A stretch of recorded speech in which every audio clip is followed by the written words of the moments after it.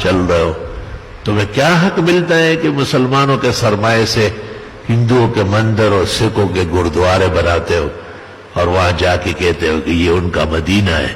یعنی گرو نانک وہ محمد رسول اللہ صلی اللہ علیہ وسلم کے برابر ہوگا؟ یہ کیا باتیں کرتے ہیں؟ اس طرح کوئی کہہ سکتا ہے؟ اگر ہم ایک سکھ کو اشارہ کرے اور کہے کہ یہ عمران خان ہے تو اس کے جو حواری جواری ہے وہ برداشت نہیں کرے گی۔ یہ تشبیہ انتہائی افسوسناک ہے۔ شاید مدینہ مدینہ کرتے ہوئے اب مدینہ نے بھی ان سے جان چھڑا لیا۔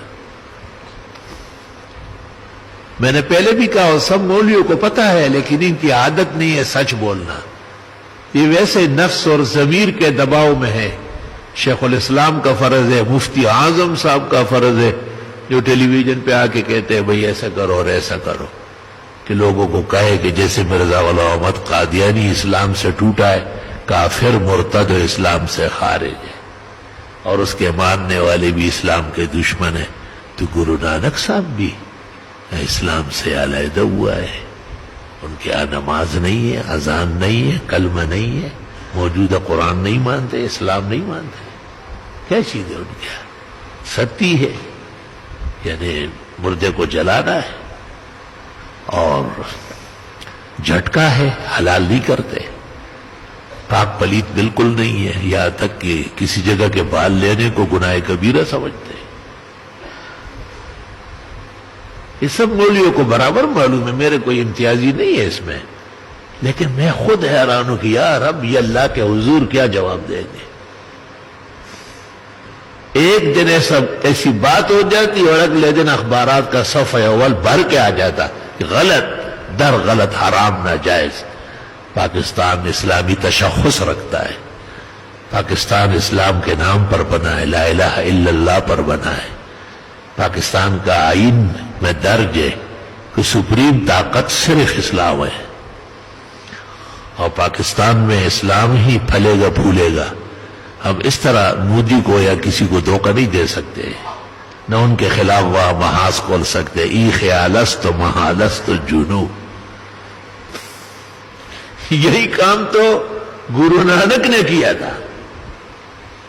فرید گنج شکر صاحب کے ساتھ یہ پڑھتے تھے، لیکن سکھوں کے یہاں مشہور ہے کہ نہیں، فرید گنج شکر استاذ ہے اور گرو نانک شاگرد ہے۔ اس زمانے میں طالب علم کو بابا کہتے تھے، بابا گرو نانک، بابا طالب علم۔ جیسے ہندوستان کے آخری ادوار میں طلبہ کو ولایتی کہتے تھے، ولایتی طالب علم۔ تو اس طرح مختلف زمانوں میں طالب علموں کے نام رہے، بابا فرید گنج شکر اور بابا نظام الدین ہو، بابا متوکل ہو، بابا گرو نانک۔ بابا فرید گنج شکر کے حالات میں ہے کہ یہ بہت افسوس کرتا تھا کہ ہندو بہت زیادہ ہے، مسلمان تبلیغ کے ذریعے ان کو ختم نہیں کر سکتے، نہ اتنا بڑا جہاد ہو سکے گا، کوئی ٹرپ کرنا پڑے گا، کوئی کرتب کرنی پڑے گی، اور اس کے بعد سادھو بنوں گا اور میں ان کے مذہب میں گھس کے ان کو شرک سے منع کروں گا۔ واقعی شرک سے منع ہے، کوئی بت وت نہیں ہے گردوارے میں، بنتا مسجد کی طرح ہے، لیکن شرک کے علاوہ آگے ساری پلیتیاں موجود ہیں۔ یہاں تک کہ جب اس کے مرنے کا وقت آیا اور اس کے وہ چیلے جمع تھے، ان کے خلیفے کو، شاگرد کو چیلا کہتے ہیں، اور چیلوں نے پوچھا کہ ہم کیا کریں گے، جنازہ پڑھ کر تدفین کریں گے، قبر بنائیں گے آپ کی، یا آپ کو جلائیں گے؟ تو اس نے کہا کون سے لوگ زیادہ ہیں؟ تو لوگوں نے کہا کہ مسلمان تو تھوڑے سے ہیں، ہندو ہی ہندو سارے بازار بھرے ہوئے ہیں۔ تو اس نے کہا زیادہ لوگوں کی دل آزاری نہ ہو، مجھے جلا دے۔ دیکھے اب یہ کون سا علم ہے؟ اور جلانے کے بعد پھر میری اس جلی ہوئی راک کی قبر بنا لے، تو وہاں پر وہ جلی ہوئی جگہ بھی ہے اور اس کے ساتھ اس کی قبر بھی ہے۔ اگرچہ ایک خلیفہ اور چیلا اس کا تھا فتح جنگ میں، اور وہ انکار کرتا تھا. اس نے کہا بابا پر تہمت لگائیے. اور بابا نے کہا تھا کہ میں تو مسلمان ہوں اور مجھے تم نہلاؤ کفناؤ اور جنازہ پڑھ کے دفناؤ. لیکن سکھ میجارٹی نے اس کو مسترد کیا ہے اور آج بھی سکھوں کے ہاں مردے کے جلانے کا رواج ہے.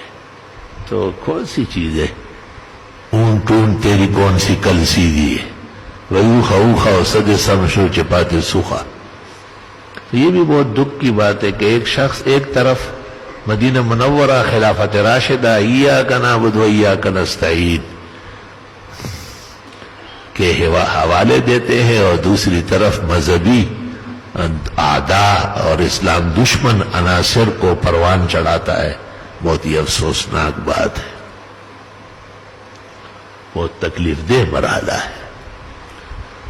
اور پھر سیاسی زعماء بھی دو قسم کے ہیں. ایک وہ جو حالات کا بھی ساتھ دیتے ہیں، اس لیے وہ کبھی ایک پاؤں اندر دوسرا پاؤں باہر، نہ میں ساتھ ہوں اور نہ میں ساتھ نہیں ہوں، اس میں ہوں اس میں نہیں ہوں.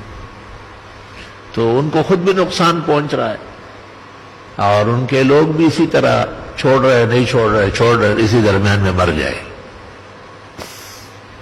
ہمیں کسی کی موت و حیات سے کوئی باس نہیں. مرا بمر گیا دو جائے شادمانی نیس کہ زندگانی مانیز جاویدانی نیس. ہمیں کسی دشمن کی موت پر بھی خوش نہیں ہونا ہے، کیونکہ ہم کون سے رہنے والے ہیں. یہ عورت بدا سواو رہے جنن قبر تعاسی عبدالستار زی. استاد محترم مولانا لطف اللہ وی عبدالستار بانے 200 کالتی رشوی.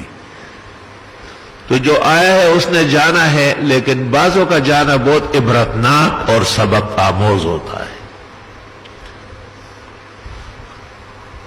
میں نے بہت غور کیا کہ میں اپنے ایمان اور ضمیر کے پیش نظر